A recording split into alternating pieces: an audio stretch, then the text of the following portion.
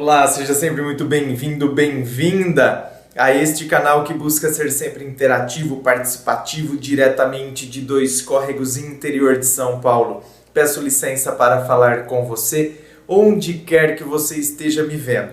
E vamos então às perguntas do André Responde de hoje. Lembrando a você, em Dor de Amor tem jeito, como sobreviver ao amor, suas reviravoltas e confusões sentimentais. Primeira questão, da Shirley Lucena. Olá, André, queria pedir sua ajuda na questão de baixa autoestima por causa de idade. Nossa, minha querida, baixa autoestima por causa de idade. Olha, gente, a gente tem que entender que envelhecer é um processo natural e que todos nós... Veja bem, se nós pegarmos como exemplo o Michael Jackson foi uma pessoa que não lidava bem com a questão do envelhecimento. E quantos são os artistas que não lidam muito bem com isso? E que precisam a todo momento ficar sempre mostrando e girando ao redor da eterna juventude e por vezes então vão entrar num conflito porque não está correspondendo mais. Então uma pessoa que passava, por exemplo, imagine uma atriz que foi bam na época e era chamada de gostosa, capas de revista.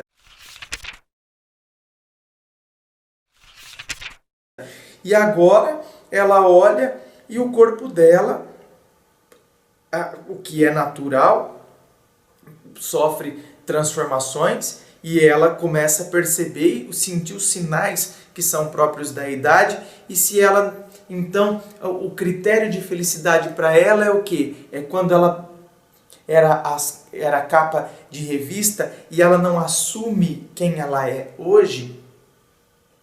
Eu acredito que este é um processo que nós temos que assumir, não é nos rebaixarmos. Então, porque não é... Eu era gostosa, agora eu sou uma baranga. Não é isso. É a gente simplesmente entender que é um processo natural e o envelhecimento ele acontece e curtirmos cada etapa da nossa vida e curtirmos as fases da nossa vida. O que não significa que a gente não tem que ter cuidados. Por exemplo, de repente você com cabelo branco passa um tonalizante e eu estou dizendo dos casos extremos, daquela coisa que então eu começo a ter baixa autoestima, porque na verdade eu não consigo me sentir bem com a situação que eu estou hoje, com a idade que eu tenho hoje. Meu Deus do céu! Eu às vezes até brinco com os meus alunos, eu falo, olha, eu não trocaria a maturidade que eu tenho hoje pelo meu corpinho de 18. Mas não. Eu tenho 38 hoje. Eu não trocaria, ou seja, eu não voltaria 20 anos no tempo. Para ter meus 18 anos de volta, eu não trocaria a maturidade que eu tenho hoje, como eu vejo a minha vida hoje. Não é porque eu estou me achando, não. Mas a maturidade, quantos tombos eu já levei e quantos tombos eu levo e vou levar ainda na vida. Porém, hoje, antes eu tombava e ficava lá chorando. Hoje, eu ainda continuo caindo? Eu, André Massolini, continuo caindo ainda hoje? Claro que sim, porque os obstáculos estão aí, os nãos continuam existindo, as situações conflituosas continuam existindo na vida de qualquer pessoa. Porém, foram aqueles tombos que me possibilitaram, porque eu me posicionei também e eu quis assumir e agarrar o meu viver, mas isso foi a maturidade.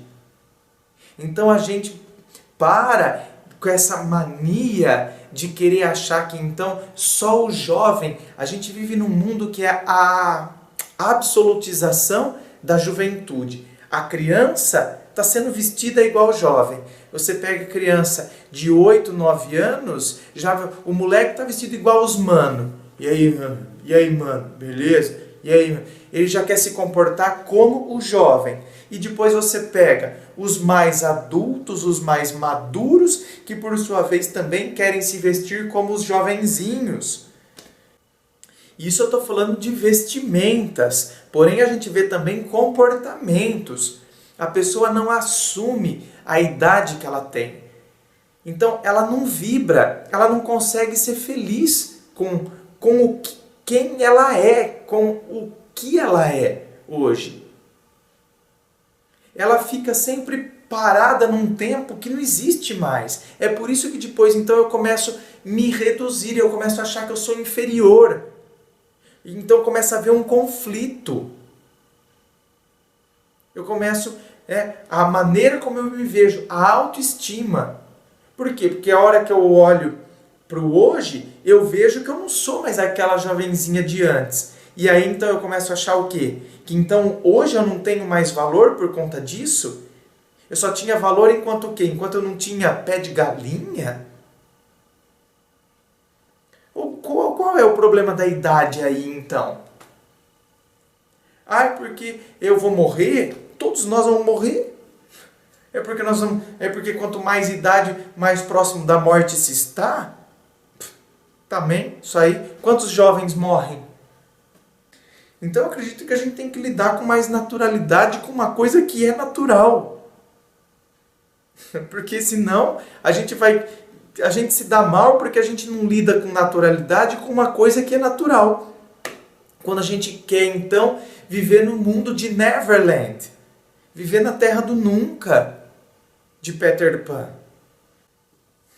Certo, minha querida? Vamos olhar com mais naturalidade e nos gostarmos, o que não significa que não temos que nos cuidar. Pelo amor de Deus, hein? Tá? Então não é que eu não vou ter cuidado comigo mesmo. Eu me curto, eu me cuido e eu me curto. E eu percebo que a vida é este processo natural. Que o avançar de idade me traz muita coisa boa. Me traz alguns problemas de saúde que são naturais também que aconteçam. Mas me traz muita coisa boa. E eu estou curtindo cada momento da minha vida. Certo, minha querida Shirley? Muito obrigado pela sua participação. Aí tem a pergunta aqui... Tem da Mary Linda e da Cleusa. São duas perguntas que, na verdade, dá para responder de uma vez só. A Mary Linda: André, como foi que você decidiu ser professor de filosofia? Se não trabalhasse nessa área, em qual gostaria de trabalhar? E a Cleusa Santos: André, por que você resolveu ser filósofo e por que desistiu de ser padre?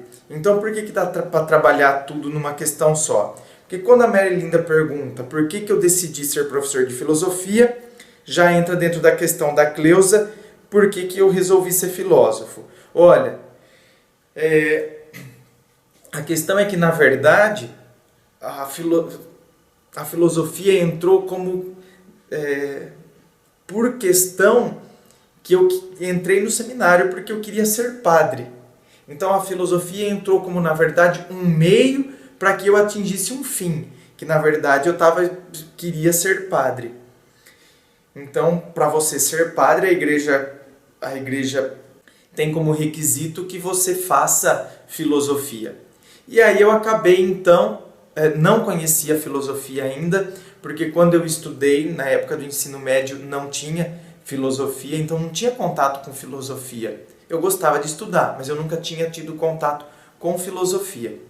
E foi quando eu tive então o primeiro contato com filosofia e gostei. Porque na época do ensino médio eu já me dava bem com a área de humanas. Apesar de quando eu estava no primeiro ano de ensino médio eu pensava que eu seria químico. Pensava em fazer química. Olha como... E depois, quando eu fui no meu primeiro ano de seminário, e eu fui fazer testes vocacionais, e fizemos nossa, meu Deus do céu, uma porrada de testes vocacionais, mas testes vocacionais sérios mesmo, né? Em faculdades, com psicólogas, durante semanas, ficava o dia inteiro fazendo teste, porque o reitor do primeiro ano de de seminário ele era rigorosíssimo, então ele queria todos esses testes e laudos e mais não sei o quanto. E aí, o meu teste vocacional, você vê que coisa, deu voltado para a área de humanas e voltado para a área da comunicação. Então, olha só, e hoje eu trabalho, né? Todo meu 99% do meu trabalho é na área da comunicação. Então você vê como o teste vocacional, na verdade, estava certo, estava correto. E deu também que eu seria, me daria bem na área da escrita, escrevendo. Então, a filosofia, na verdade, ela entrou por uma obrigação, entre aspas, porque era um meio para que eu atingisse o fim, que era o que eu queria, que era ser padre, porém eu me identifiquei muito com ela. E aí entra então na pergunta aqui da Cleusa, por que eu desisti de ser padre? Porque, na verdade, eu vou ser bem sincero, porque eu já estava quase no último ano, já estava no último ano já, né? Já tinha ficado 8 anos dentro do seminário, já estava no último ano, às portas da ordenação, e aí nós estávamos na teologia, que é a última, primeiro filosofia, depois teologia, aí nós estávamos na teologia, e aí nós tivemos um conflito. Alguns seminaristas, eu e mais 6, se eu não me engano, nós tivemos um atrito muito grande com o reitor. E aí, a igreja se orienta muito a partir da hierarquia, né? Então, o reitor, nós éramos meros seminaristas. Então, na época, nós entramos num conflito muito grande com o reitor, não dava certo, e aí o reitor, então, foi ao superior dele, que no caso seria o bispo, e o bispo, claro, então ele optou pela ficar ao lado do reitor. E aí nós fomos dispensados do seminário. Então eu e mais 6, se eu não me engano. Porém, veja bem, eu não estou cuspindo no prato que eu comi, hein? Eu acreditava que eu era muito feliz. Porém, depois que eu saí do seminário, eu percebi que, na verdade, aí eu continuei morando em Campinas, arranjei emprego lá, e depois que eu voltei para Dois Córregos, depois que eu fui ainda me envolver mais na área da filosofia, mas logo que eu saí do seminário não estava tão envolvido nem com comunicação, nem com filosofia. E hoje eu percebo, né, depois quando eu saí do seminário, eu percebi que, na verdade, eu estava respirando. E lá dentro é muita pressão. Eu repito, eu me sentia feliz. Eu gostava do que eu fazia. Só que eu não tinha outro critério. Quando eu saí, que aí eu tive então um outro critério, um outro parâmetro, aí eu percebi que na verdade eu não queria nunca mais voltar. Você vê que coisa. Então não estou cuspindo no prato que eu comi, repito. Eu aprendi muita coisa, eu aprendi muito viver em sociedade, respeitar as outras pessoas, viver em sociedade, porque viver dentro de um seminário, você tem que aprender a conviver e viver em comunidade, viver com pessoas e com pessoas que têm características muito diferentes. Então isso me fez muito bem e eu sou muito grato.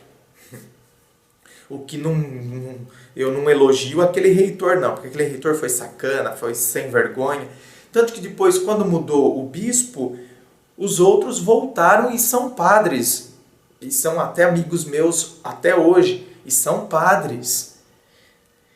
E eu e apenas um outro que não quisemos mesmo voltar de forma alguma, porque a gente, não quero, estou muito bem fora e aqui, agora de fato eu me encontrei e gosto do que eu faço, eu na minha área, meu amigo que também se tornou professor de filosofia e é coordenador inclusive, também um dia eu estava conversando com ele e falou, eu também não voltaria nunca mais para o seminário, né?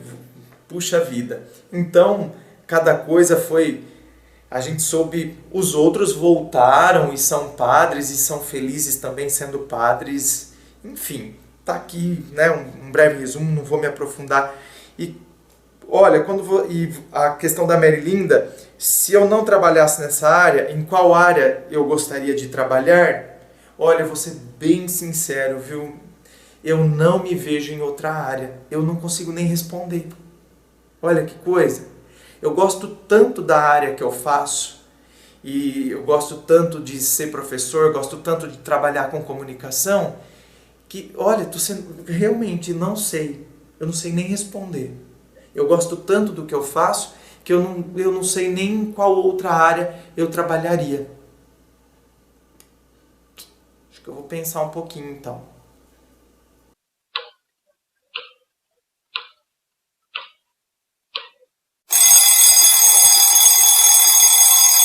Realmente eu parei para pensar um pouquinho, tanto que eu dei esse corte no vídeo, eu não consigo me ver em outra área.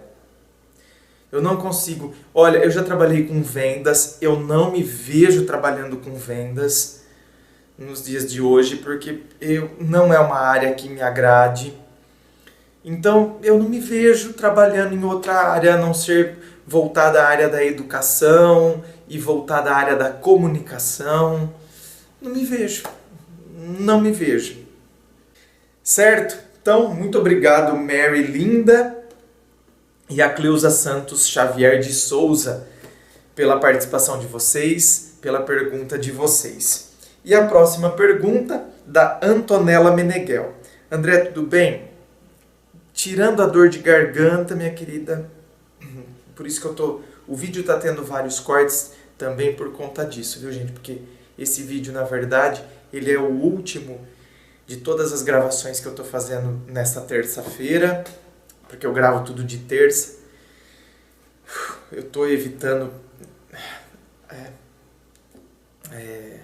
elevar a minha voz, mas tá pegando bastante. E esse é o último vídeo ainda do dia.